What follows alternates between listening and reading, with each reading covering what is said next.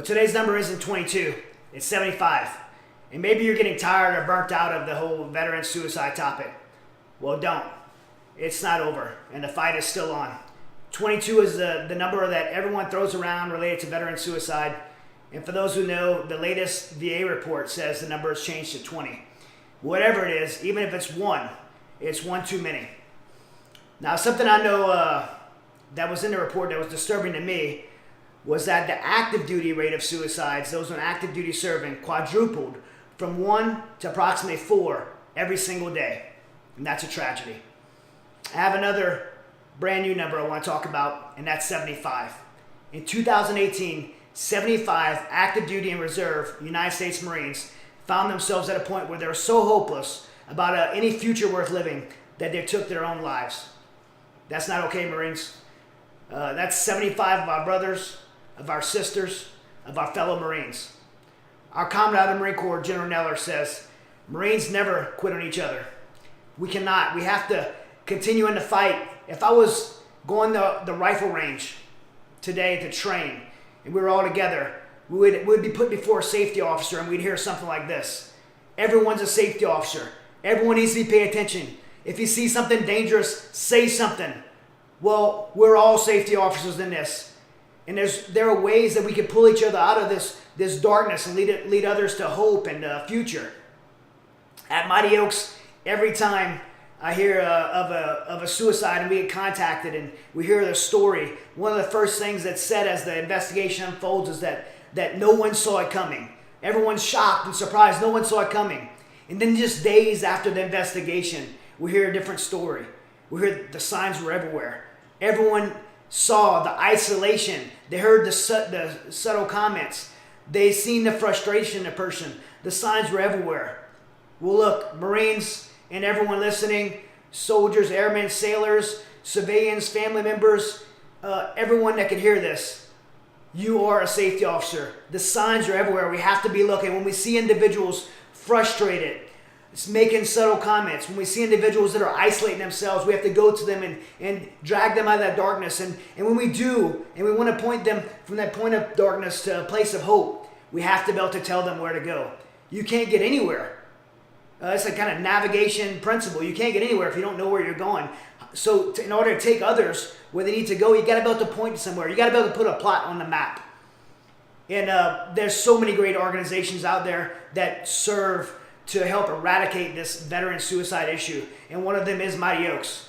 And if anybody listening needs a place to point others to, if anybody is listening and you're in a dark place, you need hope, Mighty Oaks is a place that will provide that hope and lead others out of darkness into a life and future, the very life and future that we were created to live.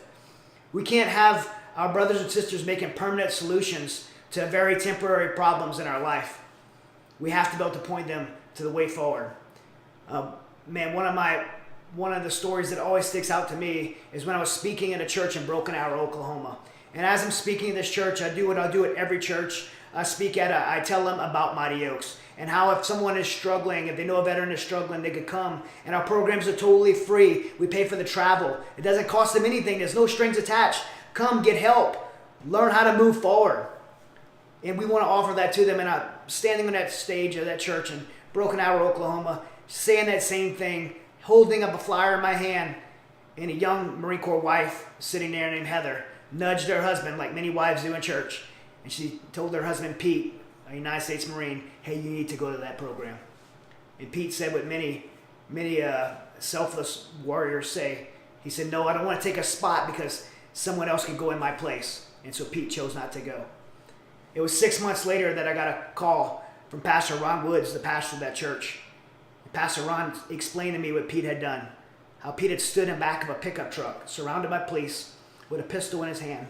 And as he held that pistol to his head, he said these words, tell my wife that I love her, and I'm doing this for her. And he pulled the trigger, and that Marine took his life. Pete thought that he was at a point of so much hopelessness that his family might be sad without them, but they would be better off. I remember Kathy and I flew to Oklahoma and we met with Heather, and Heather told us a different story, how she wasn't better off, how at night when she needed her husband, he wasn't there. She told me a story about how when she went to the morgue to see Pete, how she laid her head on his chest and waited for a heartbeat to come as he laid on that metal table. She told me how when she called the mother, Pete's mother, how she screamed and how his mother would probably never be the same.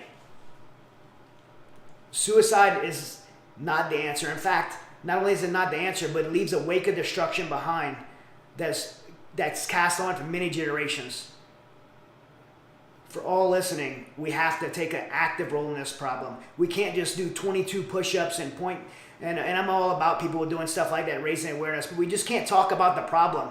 We can't just scream about 22 suicides and wear t-shirts and make Facebook posts. We have to point people to the solution. And I'm here to tell you the solution is through a relationship with Christ, through aligning our lives to the lives we were created to live. But how do we get people there? We have to get people there by being able to go into that darkness where they are, showing them love, showing them comfort, showing them camaraderie, taking them out for a cup of coffee and saying, hey, I know there's a better way. Let me tell you where you can go. And we want to extend to you, listening, that you have a tool that you can give anyone struggling.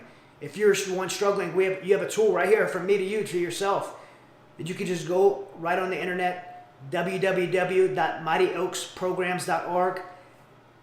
Get on that website, click on the apply button, 5 minutes, your application's filled out. Within a few days, within 2 to 3 days, someone will contact you and get you scheduled to a program, get you out. We're about to give you some words of encouragement or hope until you can hang on and you get to that program.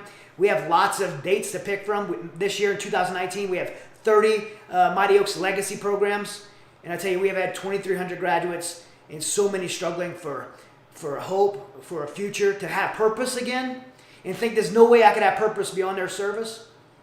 There's no way I could get out of this darkness and this turmoil that I'm feeling. And we're able to show the truth, that there is purpose, that there's still breath in our lungs. There's a reason that we're here, and there's a life ahead of us, and a very important purpose that we are all to be a part of. And you can step into that. You can help others step into that. Instead of being a terrible suicide statistic, being one of these numbers, 20 or 22 or 75. 75 United States Marines this year, 2018, have taken their lives. We can't continue to talk about the problem. We have to point people to the solution. So I'm asking you to share this video and get the word out that there is a solution, there is hope, that they can get on mightyoaksprograms.org, register for the program, tell others about it, and let's be a part of taking that number from 75 to 0, from 22 or 20 to 0, and solve this thing. God bless, and get in the fight with us. So thankful for everyone that supports. And if you're out there struggling, know that there's hope, know that there's a future, and know there's a purpose still for your life.